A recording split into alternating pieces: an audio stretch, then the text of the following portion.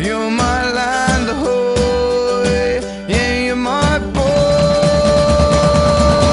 Yo ho, Sebastian, let's go far away, somewhere where the captain won't be mad. We are backstage at Falls Festival with Cosmo Jarvis. Welcome back to Australia. Thank you very much. Are you excited to play today? Yeah, yeah, I think so. I guess, like where you're from, it would be a bit colder at this time of the year. What's the usual New Year's and Christmas like for you at home? Shit. There's there's nothing to do or anything like that.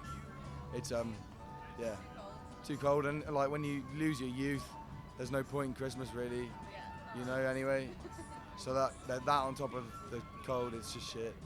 I've been seeing on your Facebook that you've sort of been asking around for spare couches and beds and things like that. How's that been working out for you? Pretty good. Like we've had a couple people bring like spare guitars because of the tunings and breaking strings. Like if that happens, then we're fucked. Like tonight, if that happens, we're still fucked. Like, but and people have turned up with stuff, and people have said we've crashed at people's houses. It's been great.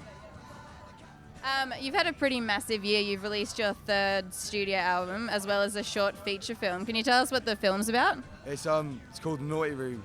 It was a feature. Like it's a long story.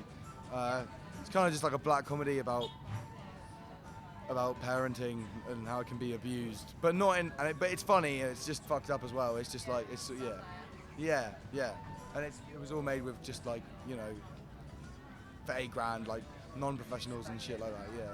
So how do you find time to fit everything in? Like you must have had to cram. Are you a bit of like a overworker? Yeah, I just work a lot. Like I don't really do anything else. Like, I have no other things to do that are important. Yeah. So what do you do in your downtime, if you have any, or do you not like to relax? Do you always want to be doing something constantly on the go? Watch South Park. Watch a movie, or two, or three. That's about it. Like, fucking boring as shit. Where do you draw your inspiration for your music and for your films and things like that? Where do you find all your inspiration? Just in things that like I think I find interesting, or that maybe I could like explore, and that other people haven't. I think other people haven't thought about too hard, but it's got to be like a thorough idea. So there's no point in getting like a really good piece of inspiration if it's throwaway, and there's no point in seeing it through till the end. And that's part of the process as well. But I don't know, just anything really, like whatever. Yeah, everyday lifestyle stuff. Just like shit on the news stuff, but like, yeah, just whatever. Think Bigger was your third album that you've just released. Was the recording process different this time around? Did you do anything differently? I didn't compress everything to fuck, which I did on the other two.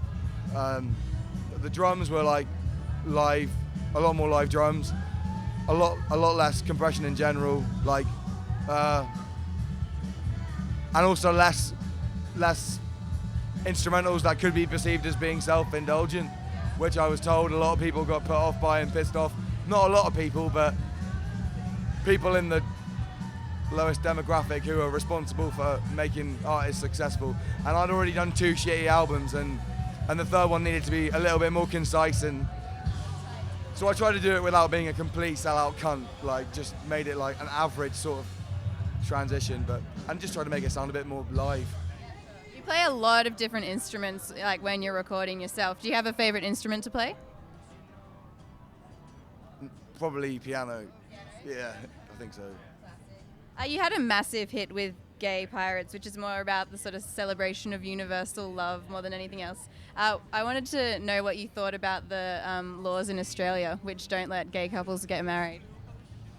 I don't know. Why is that? I didn't know that. They're not allowed to be legally recognised as a married couple in Australia. I don't know. It just seems so ancient. It's just supposed to be the unison of two people, like, and I think that it does.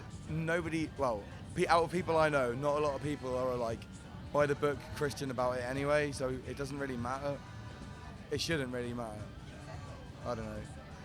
What have some of your highlights for 2012 been? The year's wrapping up, so what do you think have been your like top moments of the year? Yeah, I haven't really done that much. Like, there was a good tour. There was a tour in England which was really good. A month with this Irish folk band called Mad Dog McRae, who are fucking sick, and that was great. And it was good to hang out with them and play. And then this was like this. To be honest, was like the big Falls was like the big sort of thing that we were all like looking forward to because it's here and you know the drives are really scenic and shit. That fucking road on the way here was insane. So nice. Marion Bay is also really, really beautiful. So. Where's that? Oh yeah, that. Yeah. What are your plans for 2013? I'm making a film, which its script final draft's finished for it. I'm gonna try and shoot it in spring, if I can find some funding, and even if I can't find some funding, then I'll still do it anyway. And then there's another album as well, which is all ready to go, except for the recording. The songs are ready to go, but it's yeah. Well, thanks so much for having a chat to us. Have a fun time today on stage. We are backstage at Falls Festival, and this was Cosmo Jarvis. We deserve much better than we've had.